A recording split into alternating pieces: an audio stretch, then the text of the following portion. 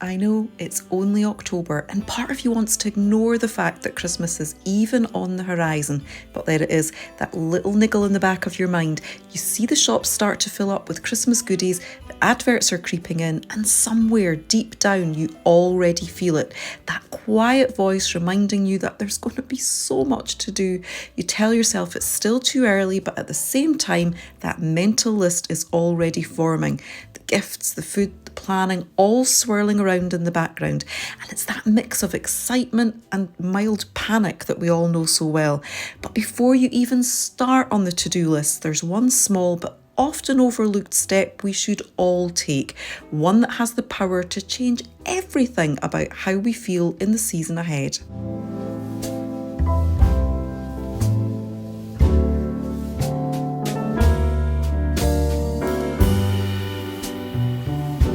Clicked on this video, I'm guessing you're not the sort of person who completely ignores anything to do with Christmas until it's almost upon you. You might not be ready to dive in with both feet just yet, but it's definitely already on your radar. And that's the thing, isn't it? Once we sense that Christmas is coming, it's so easy to just jump right in and get swept up in the momentum of it all. It's like boarding a runaway train. You jump on thinking you already know what needs to be done. You're racing through every familiar stop, the gifts, the food, the decorating, the planning. The lists become endless. There's nowhere to get off, and before you know it, you've landed in an exhausted heap on Christmas Day wondering how on earth you got there. You've barely had time to enjoy the season. You've just been running on adrenaline, ticking boxes and trying to keep up. We tell ourselves this year will be different, we'll stay on top of it, we'll be more organised, we'll maybe even enjoy the process. But the process is like a journey, and it's hard to enjoy the journey when you're not entirely sure that the destination is somewhere you really want to go. And that's the problem so many of us face. We're doing a whole series of tasks that take us to a destination we've never stopped to question. We assume that because it's Christmas, we already know where we're going. But if we've never paused to ask whether that destination or that type of Christmas or that style of holiday is somewhere we actually want to go, how can we possibly make a plan to get there? And that's where the missing step comes in. The one thing most of us skip, but the thing that changes how everything else feels. And so what is that missing step, Lynn, I hear you ask? Well, it's pausing just for a few quiet moments before the planning even begins. I'd suggest grabbing yourself a cuppa, sitting down somewhere comfy and taking a few minutes with a pad and pen to decide what kind of Christmas you actually want this year. It sounds simple, almost too simple, but it's something most of us never do. We jump straight to the lists and the logistics without ever asking ourselves, what kind of Christmas am I actually trying to create? Because that's exactly what Christmas is. It's something we create through our planning, our choices, our yeses, our nos. We shape the kind of season we end up having, whether that's a big, busy, bustling, chaotic family Christmas or a smaller, quieter, more peaceful one. The way we plan is the way it unfolds.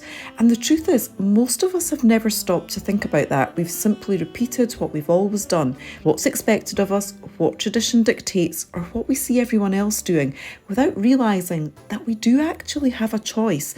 And that's the key. You do get to choose. You get to decide what kind of Christmas you want to create this year, not what others expect, not what you've always done, but what genuinely feels right for you. This step won't take long, and it's incredibly powerful, because once you stop and think about what you want Christmas to be, every other decision becomes easier. You'll find yourself planning from a place of clarity rather than just habit. And from there, each choice becomes so much simpler. You just ask yourself, does this give me more or less of the Christmas I really want? And the ripple effect of this one small key task done now in October is huge. It changes how you shop, what you say yes to, what you say no to, who you have around your table, and even how you feel on Christmas morning. Now look, I get that some things are going to be non-negotiable. You'll have some obligations, of course, but we're looking at the big picture here. There will be a huge part of the Christmas season that you do get to choose. You just maybe never realised it before. Look, awareness is everything. Maybe you've already realised that over the past few years, you're not really having the kind of Christmas you want, but you didn't know how to change it. Or maybe this is the first time you've actually stopped to think about it. Either way, this is where things can start to shift. Because now that you've got that awareness, you can begin asking yourself a few simple questions that will help you decide and shape the kind of Christmas that you want to have. For years, I wrote Christmas cards because my mum had always done it, all my friends did it. It just felt like something you were supposed to do. But if I'm honest, it always felt like a bit of a chore. Then one year, I just decided to stop and nothing terrible happened. It was actually such a relief.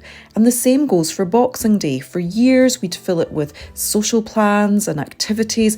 But more recently, I've started protecting that day fiercely, keeping it as a quiet day to recharge at home after all the build-up and the busyness of Christmas Day itself. Over time, I've realised that making sure I include time spent at a slower, gentler rhythm is part of what makes the season feel special for me now. And it's also completely normal for your ideal Christmas to change over the years.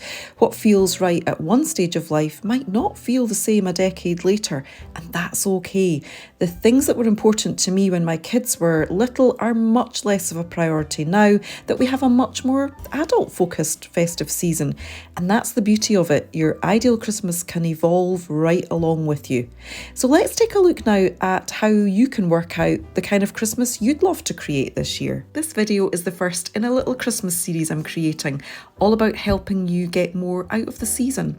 Some of the videos will be about how we approach Christmas, how to make it more meaningful and aligned with what you truly want this year, and others will be more practical with simple ways to get ahead, stay on track and ease some of that seasonal stress. Now this channel is all about making home your haven, and what better time of year to do that than at Christmas. So if that sounds like your thing, I'd love to have you join me more regularly here in this little corner of YouTube. So I've got 10 prompts for you, 10 gentle questions if you like, to help you think about the kind of Christmas you want to create this year. Don't worry about writing them down. I'll add them in the video description below and pin them in the first comment too, so you can come back to them later. And as you listen, I'd really love to know which of these prompts resonated most with you. Maybe one will spark a realisation, something you'd like to do more of this year, or perhaps something you'll decide to do less of or cut out altogether. Let me know in the comments. I always love hearing your thoughts on it. Let's start with the first one. When you think back over past Christmases, what moments or memories instantly make you smile? The ones that capture the feeling of Christmas that you love the most. Try not to analyse it too much, just notice what comes to mind first. Maybe it's that wonderful chaos of having the whole family squeezed around the table, everyone talking over one another, elbows bumping, plates being passed, laughter breaking through the noise. It's not perfect, but it's real, and it's full of life and togetherness. Or maybe your mind goes somewhere completely different, to the quiet stillness of being maybe in church on Christmas Eve, the hush that seems to fall over the entire world in that moment. Or perhaps it's slipping out for a walk, the snow crunching beneath your feet, the feeling of fresh air on your face. There's no right or wrong answer here. It's simply about noticing which memories hold the most warmth for you. The moments that, when you think about them, make your shoulders drop a little and remind you, yep, that's what I love about Christmas. Because it's often not the grand gestures or the perfectly executed plans that stay with us. It's those tiny, unfiltered moments, the one that reveal, what Christmas really means to you. And those memories, those feelings are the clues to the kind of Christmas you might want to create more of in the future. For this next one, I want you to picture your ideal Christmas day. Not the version that usually happens, but the one that you would feel would be absolutely right for you. Close your eyes for a moment and imagine waking up on that day. What do you see first? Is the house already alive with noise and excitement, or is it quiet and still, that gentle calm before everyone else wakes? Maybe there's the sound of children's laughter and wrapping paper being torn open, or maybe it's a slow breakfast by the tree, music playing softly in the background. Think about who's going to be there with you. Is it a house full of family, friends dropping in, people coming and going, or is it a smaller, simpler affair, just with the people closest to you around you, sharing something easy and unhurried? What does the middle of the day feel like? Is there bustle and chatter in the kitchen, everyone pitching in? Or maybe you've decided that this year you're not cooking at all, you're eating out, or you're having it catered in. You've just simplified the menu so that it feels lighter and easier.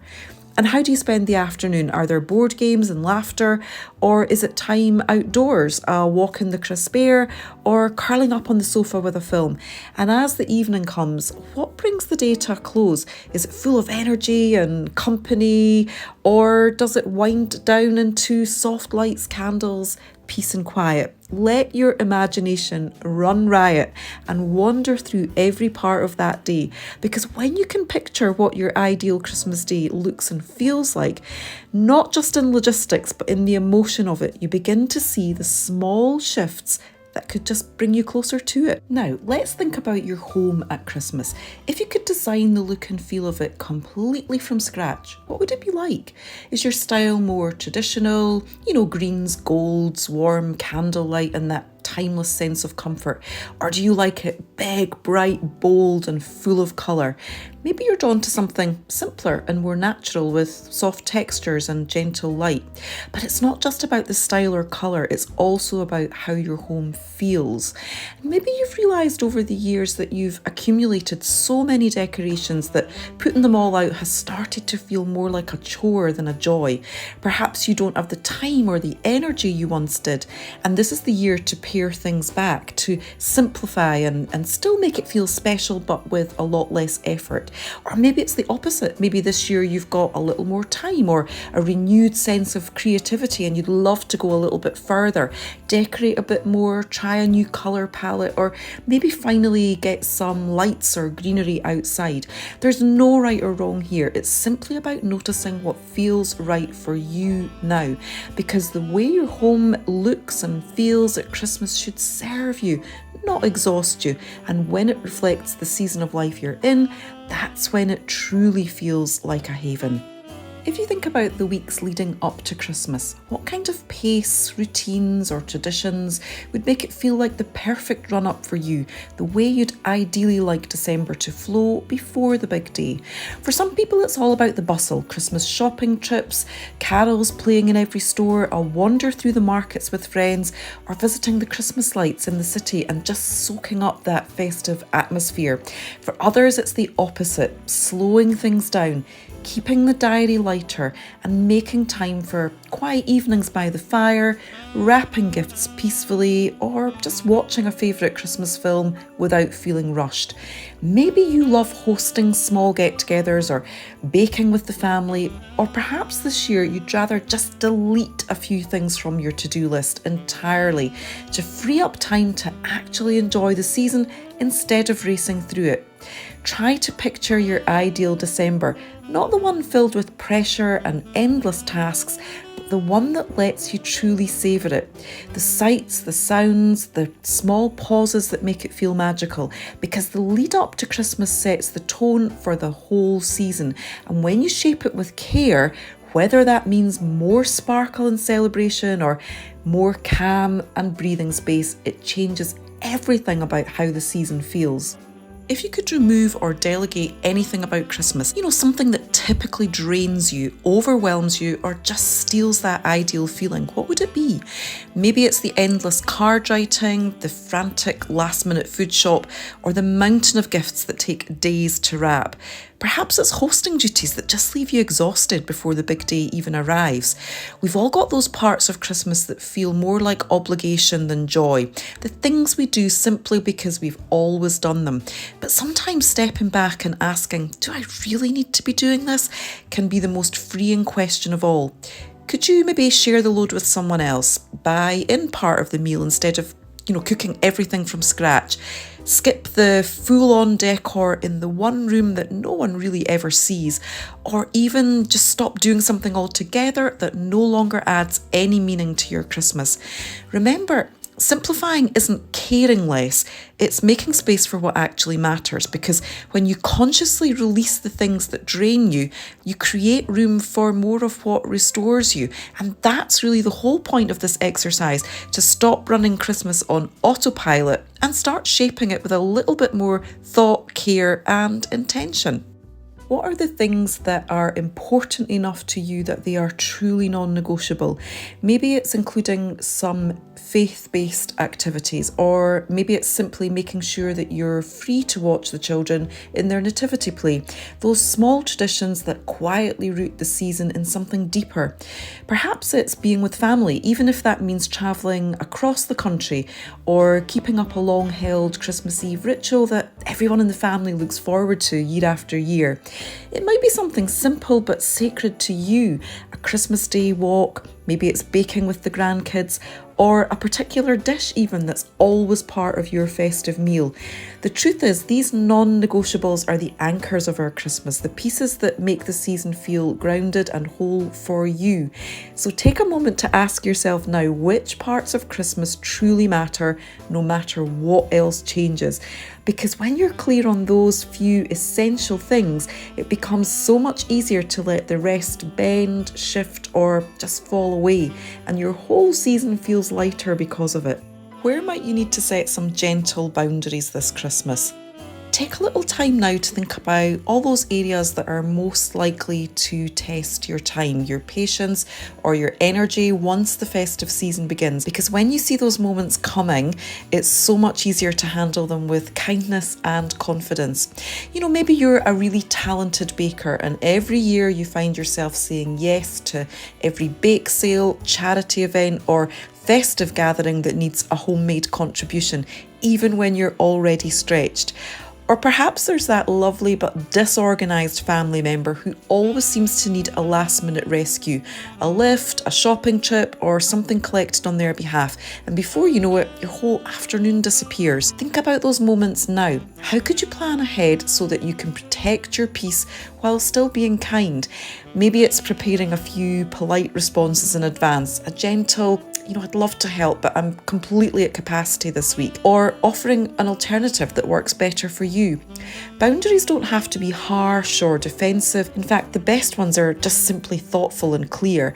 Because when you decide in advance what your limits are and practice saying no with warmth, you make space for the parts of Christmas that truly matter to you. Now, who do you actually want around you this Christmas? This can be a tricky question, one that might take a little honest digging. Maybe your perfect Christmas includes a full house, family, friends, children, grandchildren, laughter and chatter everywhere. That sense of energy and togetherness might be what makes it feel truly alive for you. Or maybe in this season of life you're craving something smaller, fewer people, less rushing, more space to really connect with the ones who matter the most. Because the people we spend Christmas with can make it truly special or sometimes leave us feeling a little drained or unsettled, especially if their energy doesn't quite fit in with the kind of Christmas we're hoping to create. And then there's the reality that most of us have at least one person we know we'll see over Christmas who doesn't necessarily fill our cup. Maybe they even drain it a little. Obligations are part of life, but sometimes it's worth thinking about how you could shape those plans differently. Could you see them, but maybe for a shorter visit or on a different day rather than letting it take up your whole Christmas day? These are really difficult decisions, but they're very important because they genuinely change how the season feels. This isn't about excluding anyone, it's about creating the kind of environment where you can genuinely enjoy the company you keep. Because when you're surrounded by people who bring you warmth, laughter and ease into your world, Christmas doesn't just look different, it feels different. And that feeling stays with you long after the decorations are packed away. What kind of giving feels right for you? So much of the pressure of Christmas comes from wanting to give beautifully. The perfect presents, the thoughtful extras, the wrapping that looks Instagram or Pinterest perfect. But this is the time to pause and ask yourself, how much do you actually enjoy that process? Do you love finding just the right gift for someone, or does the whole thing just fill you with dread? If choosing gifts stresses you out but you still want to give, it's perfectly okay to keep it simple. Vouchers, gift cards, or something small but meaningful can be just as thoughtful. And if you've always exchanged gifts with certain friends or maybe adult family members, Now's the time perhaps to have that conversation about changing things. Often those exchanges continue simply because they always have, when in reality everyone might secretly feel relieved to agree that it's just no longer needed. Think too about how you give. Do you love wrapping gifts beautifully? The ribbons, the handmade tags, the creative finishing touches. If that sparks joy, then go for it. But if wrapping is something you dread, give yourself permission to make it easy. A sheet of tissue, a nice gift bag, and you're done. The key really is to make those decisions now before you find yourself on autopilot buying rolls of paper and miles of ribbon that you'll never use, because come December you'll remember how much you hate wrapping, you'll run out of time, and you'll end up shoving everything in a gift bag anyway. Giving should feel good, not exhausting, and when it's done in a way that suits you, it becomes one of the loveliest parts of the season. What role does food play in your ideal Christmas? For many of us, the food is right at the heart of Christmas. The smells, the flavours, the family recipes, the baking. It can be one of the biggest sources of joy, but also one of the biggest sources of stress. Take a moment now to think about what food really means to you at Christmas. Is it about tradition, those must-have recipes that everyone looks forward to year after year? Or is it more about ease, gathering people around the table without being chained to the kitchen? Maybe as you think about this, you realise that food, the cooking, the creating, the baking really is something that matters to you. You love the process, you just never seem to have the time for it. And if that's the case, then maybe this is the year that you make space for it. And that might mean letting go of something else. Or maybe cooking has never been your thing and it's always just been the part that fills you with the most stress and pressure. And that's okay too. This might be the year to take the pressure off completely, buy everything pre-made, order in, or just keep things wonderfully simple. Personally, every year I regret that I haven't had the time to do any Christmas baking, or that there were parts of the meal that I would have loved to have made myself but just simply didn't have the time for it. And the truth is, that's entirely up to me. If I want to make the time for those things, I have to decide what I'm going to let go of in order to make space for it. And that's really the point of this whole exercise, recognizing that your time, your energy, and your attention are finite. You can't do it all, and you don't have to. So decide what truly matters to you this Christmas and let everything else gently fall away. And that's really why this step, this moment of reflection matters so much. It's the key task that most people miss, but it changes everything about how we experience Christmas. The most powerful part isn't just the thinking itself, but when you do it. Doing this now, while we're still a couple of months out from Christmas, gives you time to use what you've discovered to make small, intentional shifts that will completely change the way the season feels. Because once you've taken that pause, every other decision becomes easier. What to keep, what to let go of, what to say yes to, what to say no to, it all starts to fall into place. And this isn't just something to do once and forget about it. Life changes, we change, and what we want from Christmas changes with us. The Christmas that felt right 10 years ago might not be the one that feels right now. So this is an exercise you can come back to every few years. Gentle check-in to make sure that the Christmas you're creating still reflects who you are and what truly matters to you. Because the truth is, most of us move into the season on autopilot. We repeat the same routines and traditions without ever stopping to ask if they still serve us. And when we pause and think, when we consciously decide what kind of Christmas we actually want, we stop sleepwalking through the months, weeks and days leading up to Christmas, and we start shaping something much more meaningful. So before the rush begins, take this time, reflect, jot down what's come up for you and use it to guide every choice you make in the weeks ahead. It's such a simple thing, but it might just transform your Christmas this year and for many years to come. And if this video has got you in the mood to maybe start planning your Christmas this year, you might want to take a look at this one next, where I take a closer look at some of the clever tricks our big retailers use to get Christmas shoppers through the doors.